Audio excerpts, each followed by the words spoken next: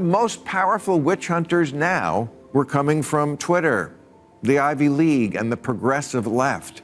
J.K. Rowling used to be a villain to the right because she wrote books about witchcraft. Now she's a villain to the left because she has the crazy belief that there's more to being a woman than pronouns and lipstick. Emma is rightly free to disagree with me and indeed to discuss her feelings about me in public. But I have the same right, and I've finally decided to exercise it. I mean, mic drop, Stubergear. She could not have said this more perfectly, better, more powerfully, or more in a more damaging way for Emma Watson. She deserved every bit of scorn. So, after years of threats and betrayal from the very stars she turned into household names, J.K. Rowling has finally fired back, and it was brutal. The Harry Potter mastermind just torched Emma Watson for hopping aboard the woke mob, trashing her, and trying to cancel her over trans ideology. Everyone knows Rowling's pen is sharper than a sword, but no one saw this savage level of razor-edged wit and biting sarcasm coming. So buckle up, because this takedown is one for the books. She says, I want to make a couple of points. I'm not owed eternal agreement from any actor who once played a character I created. Emma Watson and her co-stars have every right to embrace gender identity ideology. However, Emma and Dan in particular have both made it clear over the last few years that they think our former professional association gives them a particular right, nay, obligation, to critique me and my views in public. Years after they finished acting in Potter, they continue to assume the role of de facto spokespeople for the world I created. When you've known people since they were 10 years old, it's hard to shake a certain protectiveness. For the past few years, I've repeatedly declined invitations from journalists to comment on Emma specifically. Ironically, I told producers I didn't want her to be hounded as the result of anything I said. So J.K. Rowling began by calmly admitting that yes, she's seen every jab and every smug comment Emma Watson and her fellow Potter alumni have thrown her way, and we'll dig into those shortly. But here's the twist. She chose silence, not weakness. Rowling explained that she's known these actors since they were children, barely 10 years old, and because of that, she held a deep, almost maternal fondness for them. Out of that respect, she bit her tongue, refusing to unleash the kind of destruction she easily could. But that affection, it was never returned. Instead, they sided with the mob. And that's the woke script. Attack first, think never, and burn everything in sight. Now, let's roll the clip. She speaks of that clip that we just watched. The television presenter in the attached clip highlights Emma's all witches speech, and in truth, that was a turning point for me. But it had a postscript that hurt far more than the speech itself. This is the one in which Emma attacked JK in 2022. Emma asked someone to pass on a handwritten note from her to me, which contained the single sentence, "I'm so sorry for what you're going through. She has my phone number."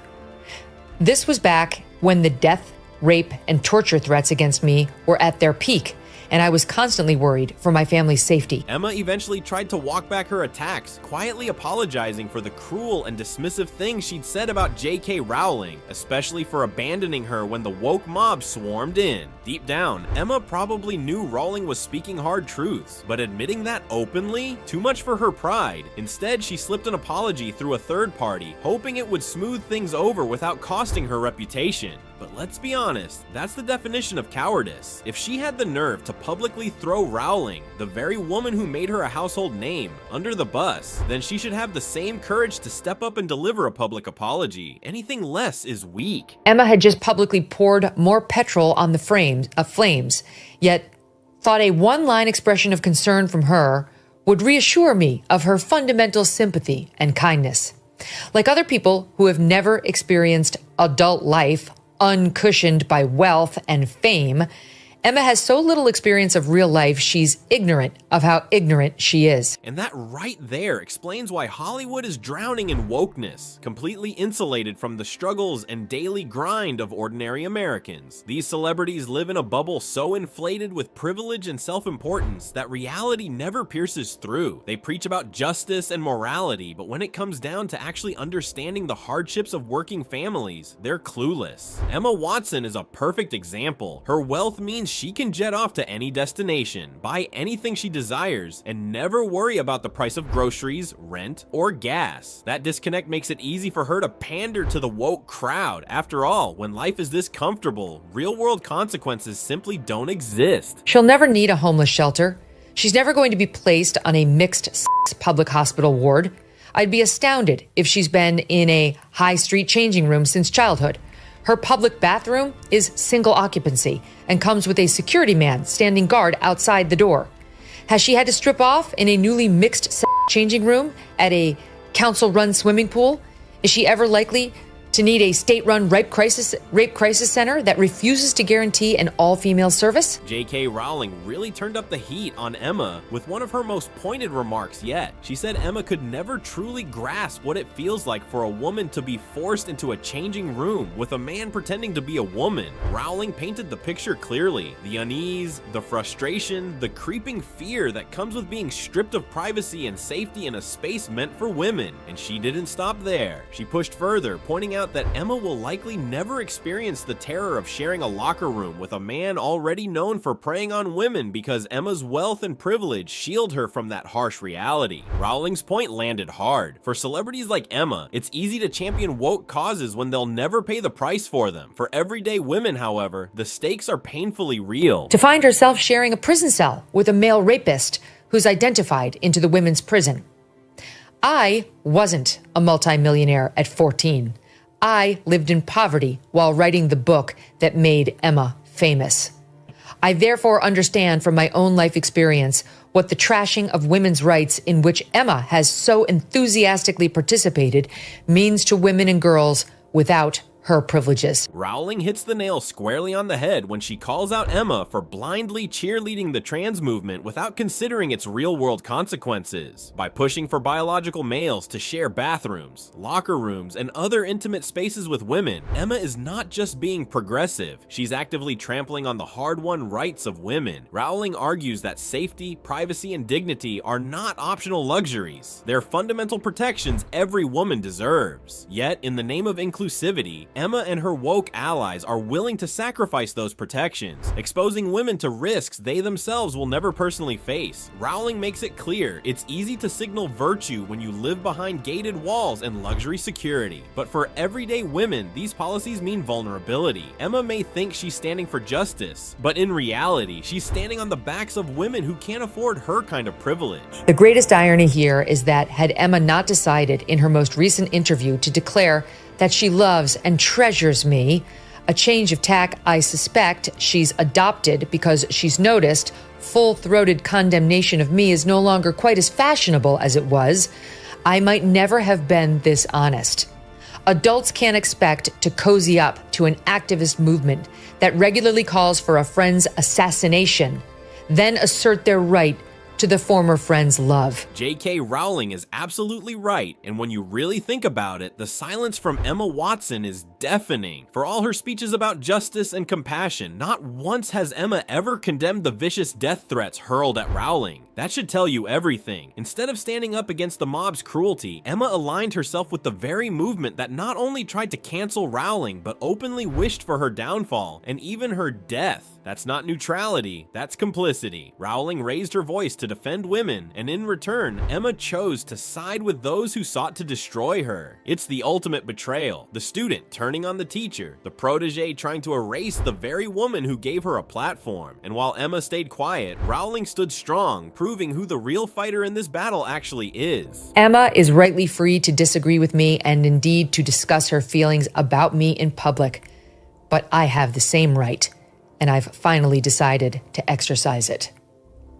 I mean, mic drop, Stubergear. She could not have said this more perfectly, better, more powerfully, or more in a more damaging way for Emma Watson. She deserved every bit of scorn. What I really appreciate about J.K. Rowling is that she never once questioned Emma Watson's right to support whatever group she chooses, or to voice whatever opinion she wants. Rowling respects freedom of thought, even if it's misguided. But here's the catch. She also has that exact same right to speak her mind, to share her beliefs, and to defend women without being smeared or silenced. And that's the part the woke mob still can't wrap their heads around. They operate under this twisted idea that freedom of speech belongs exclusively to them. They can shout, insult, and cancel anyone at will, but the moment someone pushes back or challenges their ideology, suddenly it's hate speech. Rowling's stance is simple but powerful. Freedom of expression is a two-way street. Until the mob understands that, they'll keep proving her point every time they try to shut her down. The most powerful witch hunters now were coming from Twitter, the Ivy League, and the progressive left. J.K. Rowling used to be a villain to the right because she wrote books about witchcraft.